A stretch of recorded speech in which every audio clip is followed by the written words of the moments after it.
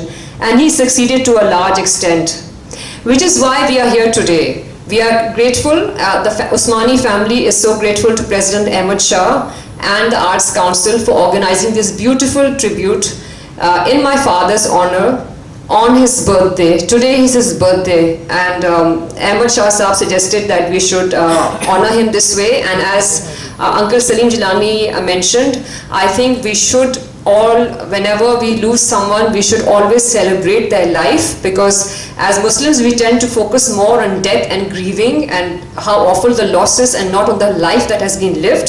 This is something I learned in my travels abroad, in Kenya specifically, where whenever you had the obituary on the one page in the newspaper, it's always big heading to celebrate a life well lived, with a photograph of the person, deceased person, always smiling, always laughing, which is why I chose this photograph of my father for this tribute. And whether young or old, always celebrate a life well lived. And when I asked some of my Kenyan friends, why do you say that? Because I was As a Muslim with my, little bit of insular view, I said, no, how can you celebrate? Nahi, toba, you have to kind of say with deep loss and, grief. So he said, aap log jo hain, they told me, you focus on death and we focus on life. Because the person who has gone, remember the life they have lived, the memories they have left behind, the legacy that you have to carry on. So I choose to focus on that, despite critique from people. But my father never cared about the world.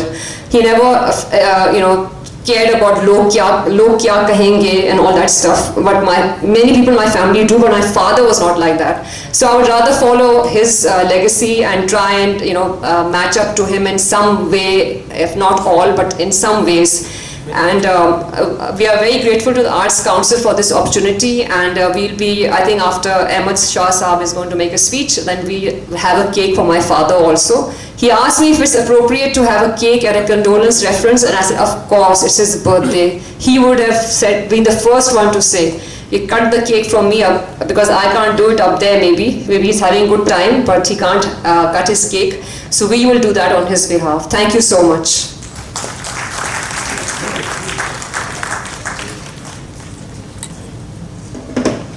تقریر تو بہت ہو گئی. میں صرف میں نے رکھا کانڈولنس reference, اور میری بات بھی ہوئی میری پراچا صاحب سے بہت, چونکہ میں جب آیا تھا آرٹس کاؤنسل جس زمانے میں, تو پراچا صاحب کمشنر تھے, تو ہم پہلے تو ایک دوسرے کو نہیں جانتے تھے, پھر بہت زیادہ جاننے لگ گئے. تو میں نے پہلا فون پراچا صاحب کو ہی کیا, بعد میں مہین کو بتایا کہ یہ ہم کرنے جا رہے ہیں. تو انہوں نے بہت سارے مجھے مشورے بھی دیے. اور میرا ایک مسئلہ ہے, اور میں آپ سب سے زیادہ آرٹس کاؤنسل کو جانتا ہوں, اور یہ دعویٰ میں اس لیے نہیں کر رہا, میں اس لیے کر رہا ہوں کہ جب میں آیا یہاں تو میں نے اس کے منٹس جو کہیں کچرے میں کے ڈھیر میں پڑے تھے اور ڈیفریز میں اور پانی میں, 1954 سے وہ ساری کتابیں نکالی, اس کی ڈسٹنگ کرائی, اس کو سکھایا, اور 1954 سے پڑھنا شروع کیا. میرے بورڈ پہ 1958 لکھا ہوا تھا کہ یہ آرٹس کاؤنسل 1958. تو میں نے دریافت کیے 4 missing years of arts council کہ جی یہ 58 میں تو نہیں بنا تھا, الیکشن بھی 59 کا, فلاں بھی 59 کا. تو پھر وہ میں نے سارا دیکھا, الطاف غور صاحب بھی رہے یا وائس پریزیڈنٹ, اور بھی بہت سارے لوگ رہے. اور ابھی اگر باہر جس ہال سے آپ اندر آئے تو وہاں باہر میں نے 6 درخت لگوائے, اگر آپ نے ابھی ایک قطار میں درخت دیکھے ہوں. تو یہ 1954 میں 6 لوگ تھے جو اس کے فاؤنڈر ممبر تھے, ان کی یاد میں میں نے وہ 6 درخت لگائے. تو میرا یہ مسئلہ ہے کہ اس ادارہ جس کا میں اتنا بڑا فن خواں صدر ہوں کہ ساری دنیا مجھے جانتی ہے اور مجھے بڑے اعزازات اور سب سے نوازتا ہے, یہ میرا بنایا ہوا ادارہ نہیں ہے. میں نے اس میں ضرور کام کیا, لیکن وہ سارے کون لوگ تھے جو اس سارے سلسلے کو لے کے چلے. تو وہاں سے مجھے پتا چلا, تو پھر میں نے اس سے مجھے یہ بھی پتا چلا کہ کون کیا چوری کر کے لے گیا. میں نے بلایا, لوگوں کو دھمکیاں دی کہ میں آپ کے خلاف FIR کٹواؤں گا, بڑے بڑے لوگوں کو جو بظاہر دنیاوی طور پہ بڑے لوگ تھے. اور پراچا صاحب کو پتا ہے میں کر سکتا ہوں کوئی بھی ایسا کام. اور میں نے خیر کچھ چیزیں ریکلیم کی آرٹس کاؤنسل کی, اور 60% آرٹس کاؤنسل پہ ہی قبضہ تھا. جس جگہ آپ کھڑے ہیں یہاں ایک ریسٹورانٹ تھا, اس پہ قبضہ تھا, نیچے ایک دکان تھی بیکار سی کتابوں کی, اوپر بجیا نے کوئی جاپانیوں کو ایک فلور دیا ہوا تھا, بجیا سے بھی بہت سلیقے سے وہ قبضہ چھڑوایا. اللہ تعالیٰ انہیں جنت نصیب کرے. ایک دن کو میں نے وہ توڑ دیا دروازہ. میں نے بچیوں کو کہا, یہ رضوان بھائی تھے, اب ساتھ تھے, ان کو یاد ہے کہ اوپر کی چھت جو ہے بہت خراب ہو گئی ہے, بعد میں بنا کے. تو خیر, تو میرے پاس حسین سیٹھ احمد داؤد کی گرینڈ ڈاٹر ایک دن سیکٹری ایجوکیشن سے سفارش کروا کے آئیں کہ آپ یہ ایک ہال ہمارے پاس مشکل سے ہوتا ہے, وہ چاہیے. تو میں نے کہا ان کو آپ کہیں کہ مجھ سے ملنا یا مجھ سے فون پہ بات. تو میں نے ان کو بتایا کہ میں سیکٹری ایجوکیشن کی وجہ سے آپ کو نہیں دے رہا ہوں, free facility for life for Dawood foundation اس لیے ہے کہ جب میں نے وہ کاغذ پڑھے تو یہ جو 1955 میں بلڈنگ شروع ہوئی اور 58 میں مکمل ہوئی, 7,19,000 میں پرانی بھدی سی ایک عمارت جو رہ گئی ہے, اس کو اب بہت خوبصورت ہو جائے گی. تو 7,19,000 روپے میں سے 2 لاکھ روپیہ داؤد فاؤنڈیشن نے دیا تھا اس پہلی عمارت کو بنانے کے لیے.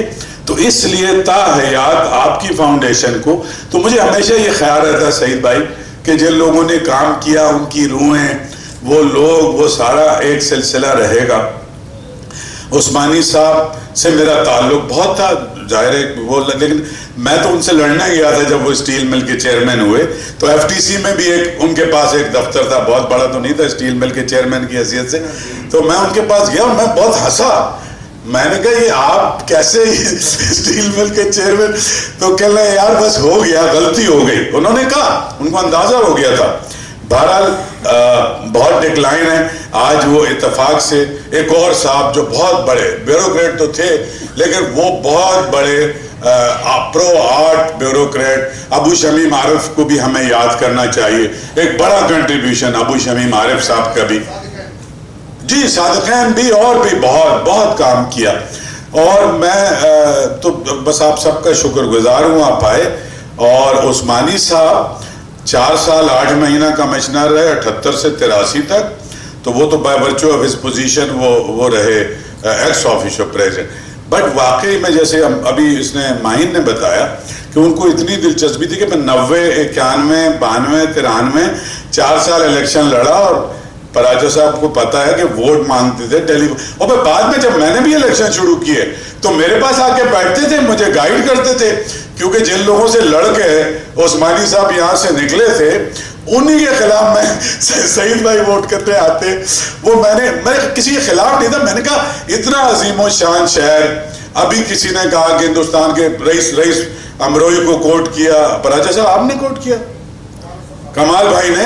کہ تو یہ ایک میں بھی جلسوں میں کہتا پھرا کہ پورا ہندوستان جو اجڑا تو یہ شہر آباد ہوا. تو ہم نام نہیں لیتے، کیسے کیسے لوگ تھے. ابو اللہ صدیقی اور یہ بھی حال میں جو لوگ چلے گئے سارے. فرمان فتح پوری، وہ جمیل الدین علی کے بیٹے بیٹھے ہیں، جمیل الدین علی، اسلم فاروقی، یوسفی صاحب. اس شہر میں ایک گورنمنٹ ادارہ بن گیا تھا. ہم نے پھر دوبارہ سے کچھ لڑ جھگڑ کے کوشش کی اور پھر ابھی یہ ادارے کو ہم وہاں نہیں پہنچا سکے جہاں یہ 60s میں تھا 70s میں تھا. جب وہ ایوب خان نے زیادہ تنگ کیا تو محمود ہارون صاحب فیض صاحب کو کراچی لے آئے اور عبداللہ ہارون کھڈا اسکول جس کو بعد میں اپ گریڈ کر کے کالج کیا وہاں لگایا. تو 67 68 69 3 برس اس ادارے کے نائب صدر فیض احمد فیض بھی رہے اور چانو لگ حقی سے لے کے اور صادقین تک اس کی گورننگ باڈی میں رہے. اور 64 میں Asian society new York exhibition گئی یہاں سے، arts council of Pakistan Karachi سے ایشین سوسائٹی نیو یارک میں اس کی ایگزیبیشن ہوئی. بیلجیم سے آرٹسٹ آتے تھے، شاید آپ کو یاد ہو سردار صاحب یا آپ کو، اور ہالینڈ سے آرٹسٹ آتے تھے. اور یہاں کچھ عرصہ زین العابدین اور پھر اور بنگالی پینٹر تھے. میں کوئی ایسا عالم فاضل نہیں تھا لیکن میں نے کہا اب یہ بائی ڈیفالٹ اگر میں الیکٹ ہو گیا ہوں تو I should know each and everything. تو میں آپ کو بتاؤں حمید الرحمان صاحب ایک بڑے بنگالی پینٹر تھے، کبریا ایک بہت بڑے پینٹر تھے. وہ سارے کچھ 6 بنگالی پینٹر ہیں جن کا میرے پاس کچھ پینٹنگ ہیں. تو میں نے ڈگ آؤٹ کیا یہ تھا کون. تو اب بڑی آسانی ہو گئی ہے. اب وہ جو 6 فاؤنڈر ممبر تھے ایک زندہ ہیں ابھی، جلال الدین احمد فوما کے نام سے، انہوں نے خاص آپ جانتے ہیں. تو وہ کہتے تھے احمد سے بھی کلوننگ ہونی چاہیے، ایک آدھ لاہور چلا جائے، ایک آدھ اسلام آباد. تو یہ سارا ایک پورا ایک تہذیبی سلسلہ ہے جو ساری قدریں بریک ہو رہی ہیں، ٹوٹ رہی ہیں. یہ انحطاط یا یہ ڈکلائن خالی بیوروکریسی میں تو نہیں آیا سعید بھائی، یہ سارے سماج میں آ گیا ہے. سارا کچھ وہ جیسے کہتے ہیں نا کہ things are going down the hill. But اس کے اندر بھی جتنے چھوٹے چھوٹے جزیرے علم کے، روشنی کے باقی ہیں، عثمانی صاحب جیسی ٹاورنگ پرسنالٹیز، اس کو یاد کرنے سے. تو یہ ایک حسن اکبر کمال کا شعر ہے کہ ایک دیا کب روک سکا ہے رات کو آنے سے، لیکن دل کچھ سنبھلا تو ایک دیا جلانے سے. تو یہی مقصد تھا آج عثمانی صاحب کو یاد کرنے کا. بیٹا یہ ٹیبل یہاں لے آؤ. میں چاہتا ہوں کہ بھابھی اور سردار صاحب، سلیم باجلانی صاحب، ان کے جو پرانے دوست ہیں، اور ماہین آف کورس ماہین عثمانی، یہ کیک ان کی سالگرہ کا کاٹیں گے. شکریہ. 85واں دن ہوتا آج یہاں وہ ہوتے تو. اور سب لوگ تالیاں اگر ہم جتنے بچے ہیں بجائیں. حسین آپ ذرا سے ادھر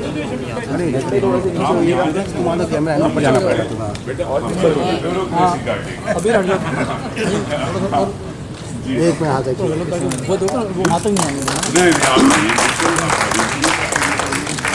صاحب آپ آئے نا. ارے صاحب آپ کی اتنی دوستی تھی آگے آ جائیں, آگے آ جائیں پرائی صاحب, آگے ذرا ذرا سے ادھر ہو جائیں.